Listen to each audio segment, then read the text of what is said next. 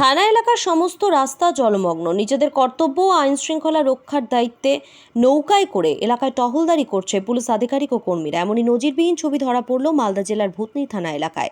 নিজেদের প্রাণের ঝুঁকি নিয়ে এলাকায় যেতে, শান্তি শৃঙ্খলা বজায় রাখতে রীতিমতো গাড়ি বাদ দিয়ে নৌকার সাহায্যে যাবতীয় কাজ চালাচ্ছে ভূতনি থানার পুলিশ কর্মীরা। বর্তমানে ভূতনি থানা সিআই সুজন রায় সহ ওসি পবিত্র কুমার মাহাতো এবং অন্যান্য পুলিশ কর্মীরা এলাকার নানান অভিযোগ সহ যাবতীয় কাজকর্ম এই জলমগ্ন এলাকায় স্বাভাবিকভাবেই চালিয়ে যাচ্ছেন। এমনকি প্লাবিত এলাকার মানুষের কথা ভেবে 3টে অঞ্চলে অস্থায়ীভাবে অফিসার রেখে নানান রকম বানভাসী মানুষের নানান সুবিধা অসুবিধার কথা শুনছে এবং অভিযোগ নিচ্ছে। এমনও ছবি ধরা পড়ছে ক্যামেরায়। এক বুক জলে থানার এসআই সহ সমস্ত পুলিশ কর্মী থানার খুঁটিনাটি কাজ করছে। ইতিমধ্যেই জলমগ্ন হয়েছে ভূতনি থানা হসপিটাল সহ বিভিন্ন শিক্ষা প্রতিষ্ঠান। সাধারণ মানুষকে পুলিশের নিরাপত্তা দিতে পুলিশ বোর্ড এলাকায় নিরাপত্তা নিশ্চিত করতে 24 ঘন্টা পরিষেবা দিয়ে চলেছে ভূতনি থানার পুলিশ প্রশাসন। দুর্গম এলাকায় নানান সমস্যা এবং সরকারি আধিকারিক সহ জনপ্রতিনিধিদের ত্রাণ বিতরণে সমস্ত রকম সাহায্য করে যাচ্ছে এই নৌকার মধ্যে দিয়ে পুলিশ। বিদ্যুৎ থেকে শুরু করে স্বাস্থ্য, শিক্ষা, যাবতীয় পরিষেবায় দিনরাত এক করে বন্যার মধ্যে চরম পরিশ্রম করছে ভূতনি থানার অফিসার সহ পুলিশ কর্মীরা। থানার ভবনের নিচের তলায় এবং চারিপাশ জলমগ্ন। এই অবস্থায় জরুরি নথি বিভিন্ন জায়গায় পৌঁছতে নৌকার সাহায্যে এক গ্রাম থেকে আরেক গ্রামে পৌঁছানো হচ্ছে।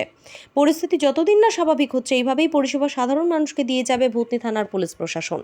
থানা পরিচালনায় এমন ছবি নজিরবিহীন। পুলিশ প্রশাসনের এমন পরিষেবা পেয়ে খুশি বানভাসী এলাকার মানুষ। Bureau report, RM Bangla. আরও আপডেট থাকতে আমাদের ভিডিও শেয়ার ও ফেসবুক পেজটিকে লাইক করে ফলো করে দিন।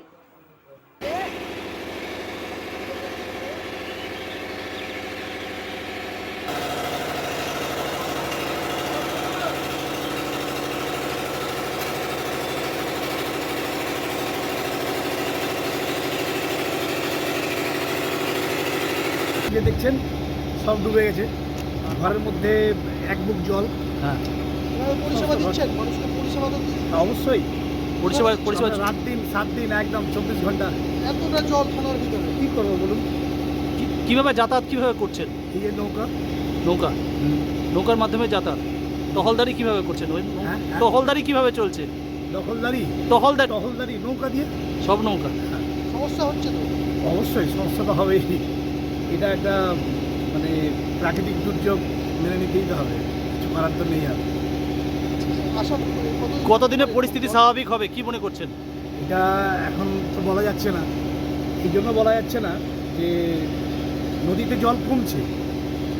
আমি একজনের কাছে খবর নিলাম, ও বলছে যে এইভাবে যদি জল কমতে থাকে তো আগামী 2-3 দিনের মধ্যে ওই মুখটা নাকি শুকিয়ে যাবে।